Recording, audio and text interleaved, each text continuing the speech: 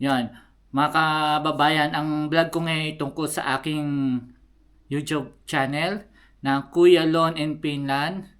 Sa mga subscriber ko, humihingi po ako ng paumanhin sa mga sumusuporta po sa akin sa aming mga vlog na di na nyo ako napapanood ng mahigit 2 months.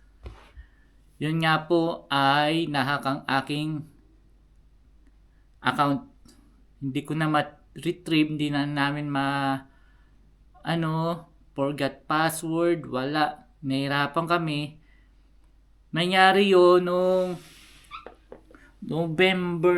last year, November 11. Dito sa Finland, ang oras niya ay 2 a.m. Yun, 2 a.m. pinalitan yung password ng account ko. Nakita sa notification ko sa Gmail account, yun nga, napansin ng misis ko na sa work na kami parehas. Nung pag-uwi ko, nabasa ko nga, may nagpalit nga ng passwords ng ibang bansa din yata. Hindi ko sure kung anong bansa, nakalimutan ko na. Chinek ko yung parang location. Hindi siya Philippines eh.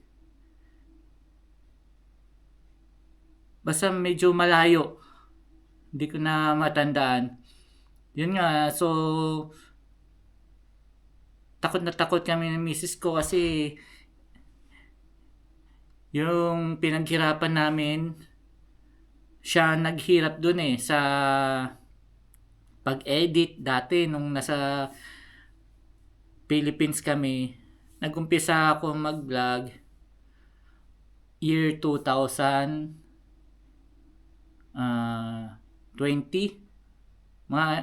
year 2021. Yun, doon ako nagsimula mag-vlog. Siya yung nag-push,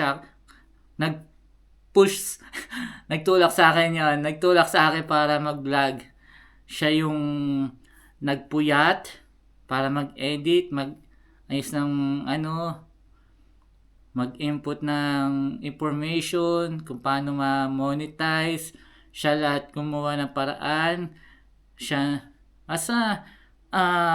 laging puyat yung misis ko sa kaka-edit ng mga video ko.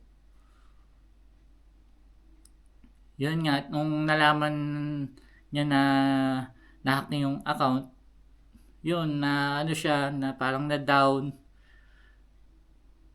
Kasi nga, pinaghirapan niya yun. Nalungkot kami. Ni-retrieve naman namin yung Gmail account. Kasi yung sa Gmail ko, yung recovery email, nakalink sa kanya. Yun nga, pinalitan ng hacker, yung Gmail, yung recovery email, sa akin contact number, pinalitan din. Tapos nilagyan din ng parang USB, ang tawag na parang USB authenticate, yung passkey, yon. Di ko na rin siya ma-open. Nilagyan nila ng passkey. Ang mali ko lang kasi, mali namin, yung account, lahat ng account namin nun ay walang two-step na parang verification. Walang authentication. Yon, di namin nalagyan. Lesson learned namin yon. So, lahat ng namin ngayon, account, yung Gmail account namin, yung personal account, nilagyan na namin talaga ng authentication. Lahat ng authentication, 10 codes, 8 codes, Nilagay na namin lahat ng contact number para di na mahirap ma-retrieve. Pero wag naman sana maulit-ulit. Kasi sobrang hirap lalo ngayon sa panahon ngayon puro online na. Katulad sa bangko, online na. Dito sa Finland, online na ginagamit. Nakalink talaga sa account namin, sa Gmail account yung bank. Yung transaction dito online. Yun nga, nag-research ako, nag-post ako kung paano sa Facebook, nagpapatulong kung sinong pwedeng makarecover ng Gmail account. Marami lang may message sa akin pero parang mga scammer din. Muntik na akong ma-scam din. Kasi sa post niya may maraming pinost siya tungkol sa mga vlogger din na nahack. Sa kanya, parang natulungan niya. Yung pala, scammer din pala yun. Buti magbabayad na sana ako nung 3,000 pesos. Buti na kwento ko sa misis ko na may nakita kong yun nga gagawa ng maka-recover ng account. Sinabi kay pangalan nasa Facebook. Nung sinearch niya yung pangalan, di ko rin napansin, walang mga comment. Tapos mayroon siyang ibang nabasa, scammer daw. So, yun, buti na lang, hindi natuloy yung transaction namin. Hindi ko na rin siya nireplyan. Pero may tumulong din naman sa amin na yung tito ng asawa ko, si Tito Sherwin Villa. Shoutout po sa inyo. Maraming salamat po. Kahit hindi po nagawa yung namin, yung account, pero pa rin kayo na nag-push kayo kung ma-recover pero wala po talaga. Yun. Para sa amin, sobrang hirap kasi malaki na rin kasi hindi naman malaki yung subscribe. Sakto lang. Yun nga, 11,000 subscriber namin. Yun. Yung Kuya Lonin Finland. Marami na rin akong mga memories doon sa video na yon. Pati memories Maxine, nandun lahat. Simula nung maliit siya. Mahirap. Nandun kasi yung memories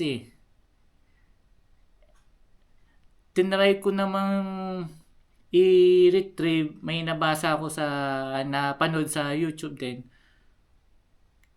Yung sa Twitter, yon. Tinry ko naman i-message yung YouTube tawag doon hotline. Nagre-reply naman sila sa akin. Yun, ko ng mga form, nag-fill up. Tapos, yun, may binigay sa akin link. Ang problema lang talaga yung Gmail account. Mahirap i-retrieve. Kailangan may recover ko muna yung Gmail account para may balik yung YouTube channel ko. Sa ngayon, mukhang mahirapan talaga yung maibalik sa akin yung Gmail account. Kasi yung Gmail account ngayon, sobrang parang mahirap ng kontakin. Kasi dati, madali lang yung pag may verification, magse-send ka ng ID. Na experience ko na yun dati, parang magko-close na yung Gmail account ko kasi yung hindi ko na masyadong ginagamit. Nagkano sila,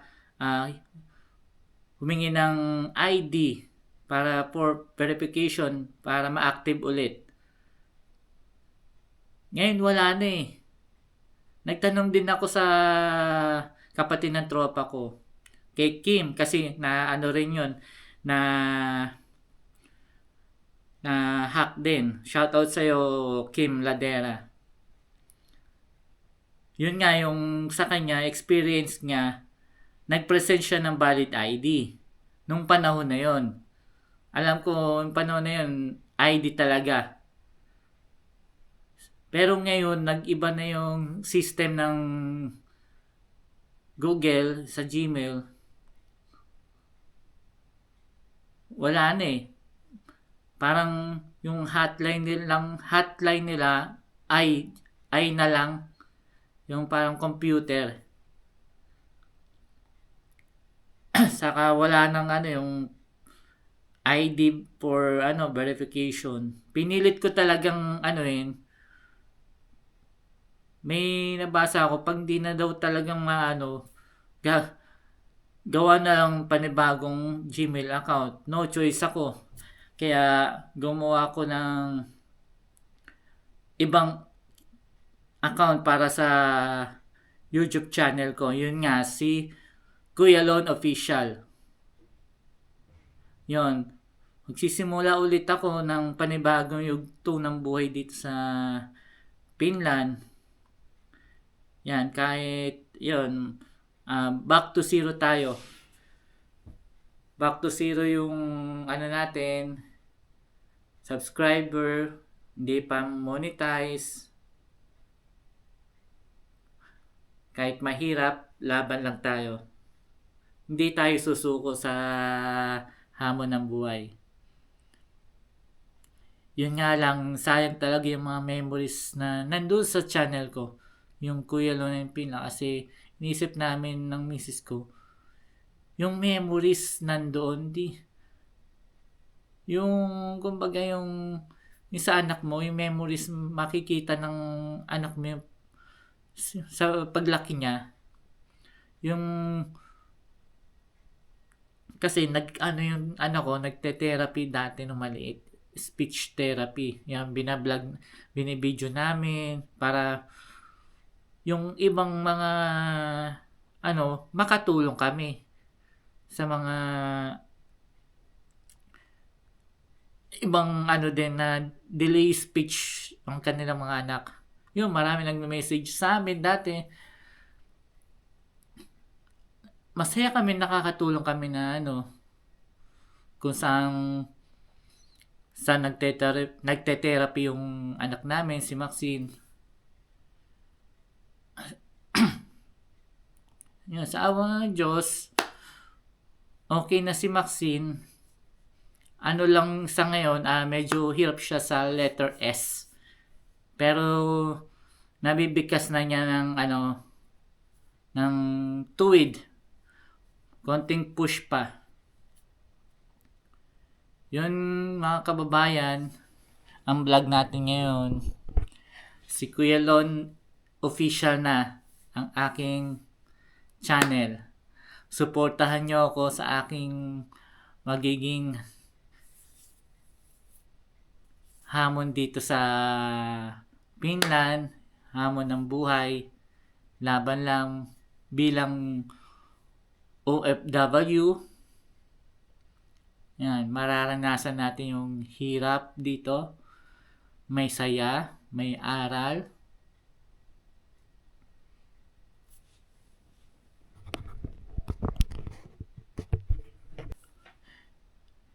Yun guys. Gusto ko sana gawin yung vlog do sa labas. Kaso sobrang lamig. Hindi ko kaya. Ayun, may snow kasi para makita nyo. Ginawa ko lang sa bahay na lang dito sa loob. Yan guys, maraming salamat sa mga kababayan sa panunod sa aking vlog. Kuya Lon Official. Maraming salamat. Huwag kalimutan mag-like at mag-subscribe. Mag-iwan na rin ng comment. Sabay-sabay tayo magpalakas. God bless po at tandaan may pag-asa at kinabukasan. Ang bawat isa, Jeremiah 29:11. Bye-bye!